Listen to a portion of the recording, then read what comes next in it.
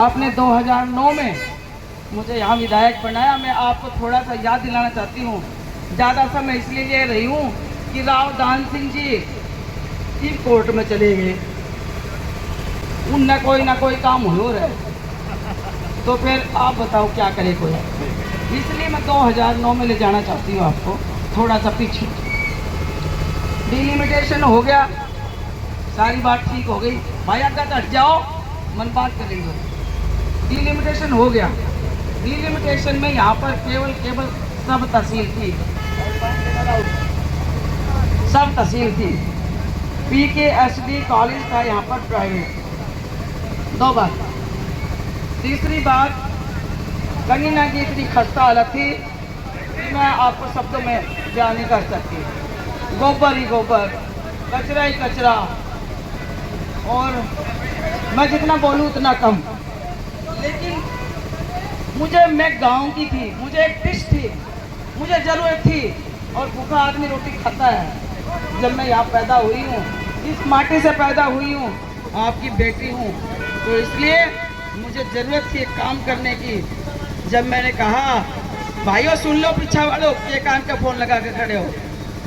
मैंने जब मुख्यमंत्री चौधरी भूपेंद्र सिंह हुड्डा से कहा, और पहले आपसे कहा, भाइयों मैंने तुम विधायक बना दो, क्योंकि मेरी भाषा थोड़ी परा की थी।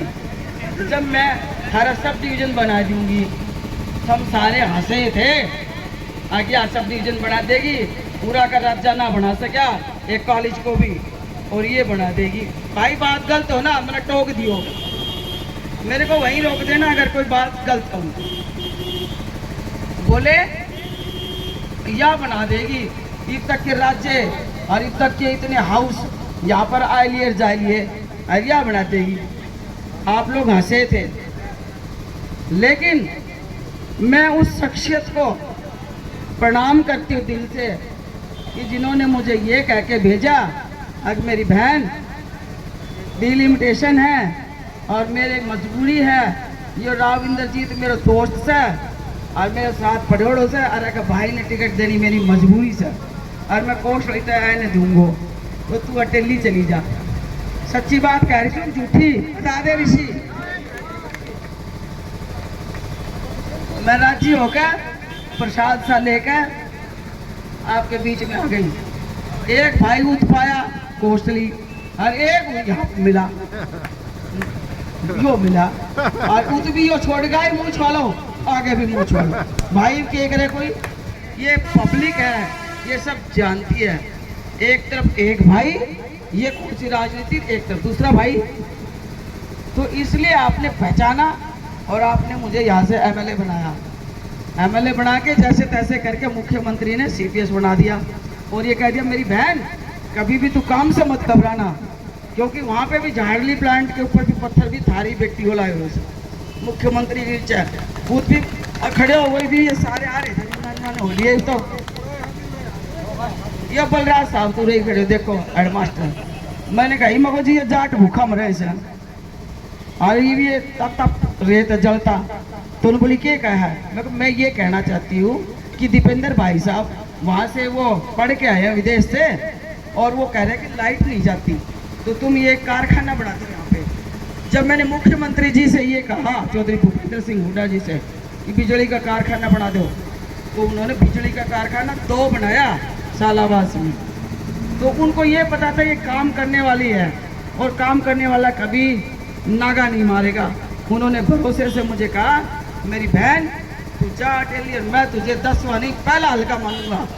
और मेरे को उस सब तहसील से, मैं ये कहना चाहती हूँ, उस सब तहसील से और सब डिवीजन बनवाया।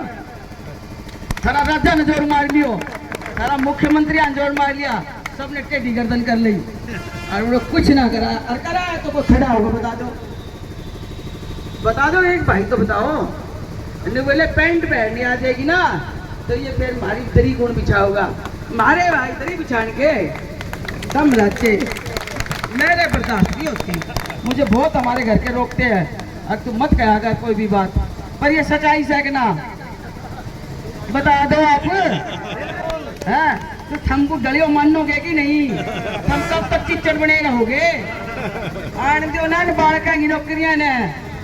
कोई ऐसी चीज है जो भूपेंद्र हुड्डा के हाथ में नहीं है, सब कुछ उसके हाथ में है। ये भी एक भाई कह रहे तो कौन से गांव का था, अभी बदलते हैं, कभी पत्थरों के नाम बदलते हैं, कभी ये कुछ करते हैं, लेकिन काम की बात एक नहीं करते।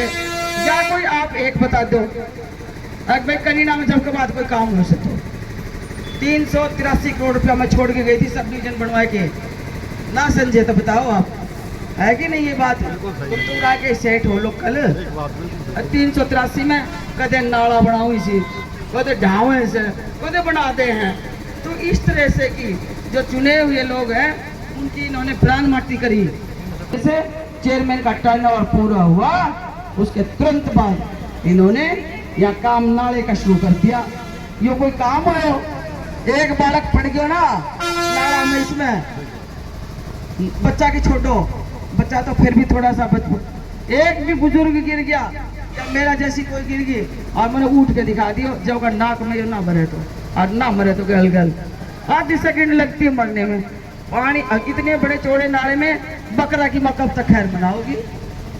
या ये कहावत कहीं जो नई नई बूब नहीं आऊंगी उन तो सुन लियो है, जो नई नई नाम ले लेकर आ रही है कि भाई हम चुनाव लड़ांगा, हम चुनाव लड़ांगा, उन तेनू पूछ लियो आगे भाई अटेली में कितने तो ब्लॉक हैं और कितने गांव हैं और कितनी पंचायतें हैं और कितने बूथ हैं, और शाना गांव को रास्ते कितने से, सराय को रास्ते कितने से, गड़ियार बाजार कितना शुरू होगा और वो वहाँ से कहाँ से शुरू होगा, वो खेड़ी कट्टी कितना शुरू होगी, खेड़ी झंडा चौक कितना, ये तो फेमस है। जो भी बता दी ना तो मैं ग्राउंड छोड़ के चली जाऊँ, बताओ कहीं ना मंजूर से। उनके बापुआ ने कितना काम कराया हो, उनके पिताजी ने, या उनके, आप एक बात बताओ, तुम कहोगे घना टाइम ले लिया, बहुत देर से आप बैठे हो। एक कांग्रेस की सरकार बन रही है जिसका नेतृत्व चौधरी भूपेंद्र सिंह हुड्डा जी कर रहे हैं, ठीक है।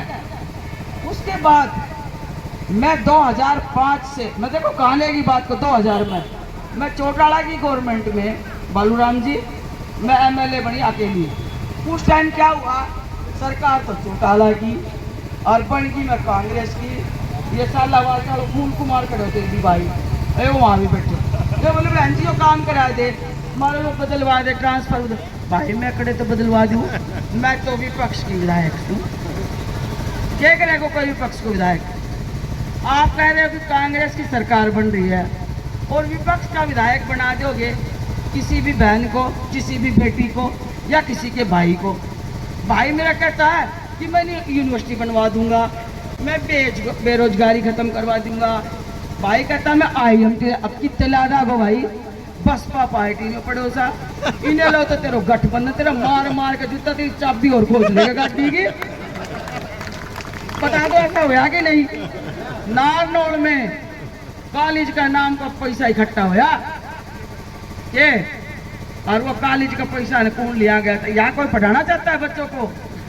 यहाँ पे लोग चंदा इकट्ठा करते हैं, तुम लोग, अरे भाई बात में बोलियो, यहाँ पे लोग चंदा इकट्ठा करते हैं और तुम्हारे पैसे से तुम्हारे कोई मूर्ख बनाते हैं। या तो कोई ये कह दे चौधरी भूपेंद्र हुड्डा जी इस टाइप के हैं कि 1 रुपया की नई माला लेके गए, तो बता दो आप। तो विपक्ष में जाके क्या करोगे?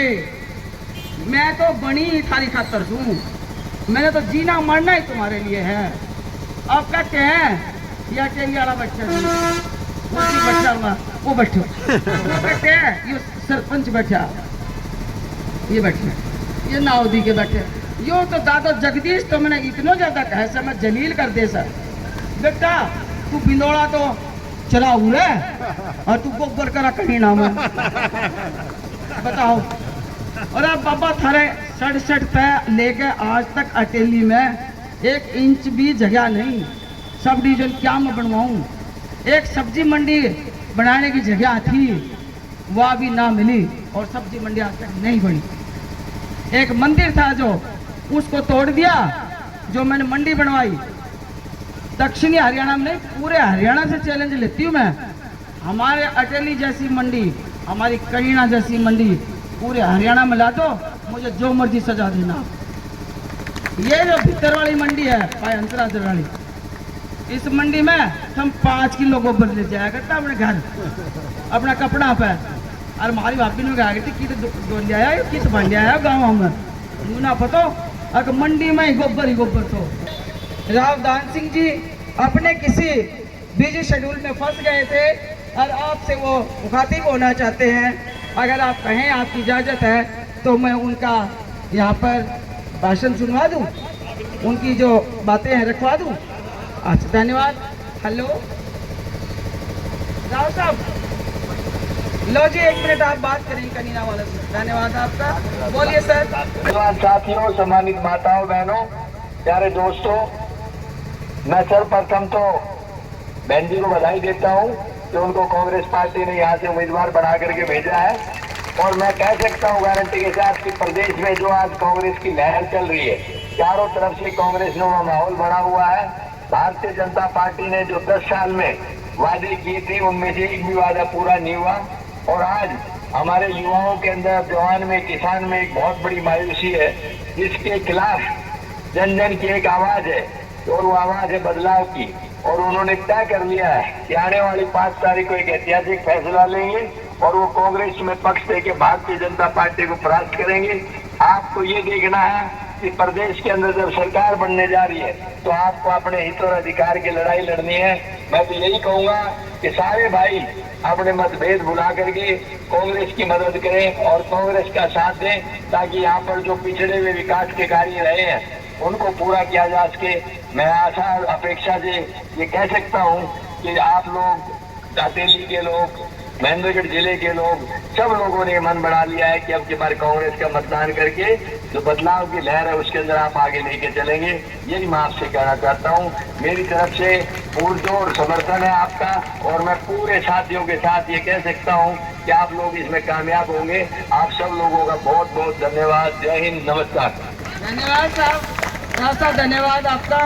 इसी बातों के साथ कांग्रेस पार्टी ने मुझे आपके बीच में एक अपना विश्वास देकर भेजा है। मैं पुनः आपसे आग्रह करती हूँ कि आप 5 तारीख तक अपने आप में अनीता यादव बन के और इलाके में घूमें और अपने हाथ की मजबूती दें, ताकि हरियाणा सरकार में आपका साझा हो सके।